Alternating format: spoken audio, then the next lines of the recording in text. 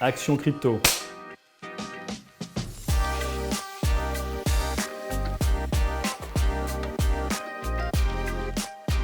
Les cryptos, c'est l'émergence d'une nouvelle classe d'actifs. En fait, c'est l'émergence avant tout d'une nouvelle technologie, la blockchain, couplée à la notion de consensus, qui permet sur des activités notamment financières, mais pas que, de travailler de nouveaux projets. Et pour travailler sur ces projets, les acteurs sont obligés d'utiliser un token, un jeton.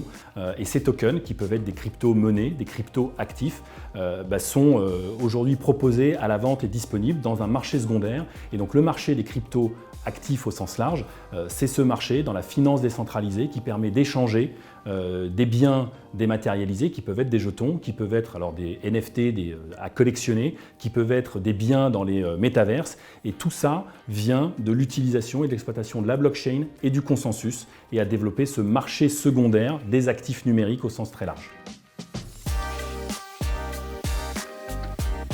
Alors non, il n'y a aucune raison de s'en méfier, enfin pas plus que les actions d'activités qui nous plairaient pas. Et on doit encore moins s'en méfier qu'aujourd'hui ce sont des activités qui sont parfaitement régulées et réglementées. Depuis 2018 en France, on a un agrément, un enregistrement qui existe, qui s'appelle le PSAN, prestataire de services en actifs numériques, qui est l'équivalent du prestataire de services en investissement, et qui impose et contraint les acteurs aux mêmes obligations que le PSI. Obligations en termes de connaissances clients, en termes de lutte contre le blanchiment et le financement du terrorisme. Donc ces activités-là, ces acteurs-là opèrent de manière tout à fait légale et surtout contrôlée, auditée, vérifiée. Et donc vous pouvez sans aucune crainte confier votre argent à ces acteurs-là et le faire fructifier en investissant dans les actifs numériques. Alors, on les invite plus que fortement à s'intéresser à l'émergence de cette nouvelle classe d'actifs pour plusieurs raisons.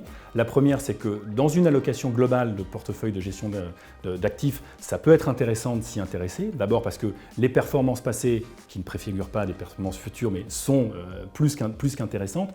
Mais surtout, on voit au-delà des actifs en tant que tels, l'émergence de la finance décentralisée et donc d'une manière différente d'appréhender la gestion de patrimoine et les actifs numériques. Donc on ne peut que conseiller à nos partenaires et à l'ensemble des CGP de nous interroger. On a développé une expertise très forte sur l'ensemble des sujets, que ce soit sur les OPCVM ou les ETF traditionnels qui permettent d'investir indirectement dans les actifs numériques ou sur des mandats de gestion, des livrets ou des éléments qui permettent d'investir un petit peu plus directement et de s'exposer à ces fameux actifs numériques. Donc il y a vraiment une expertise très forte chez Norcia qui s'est développée sur ces sujets-là.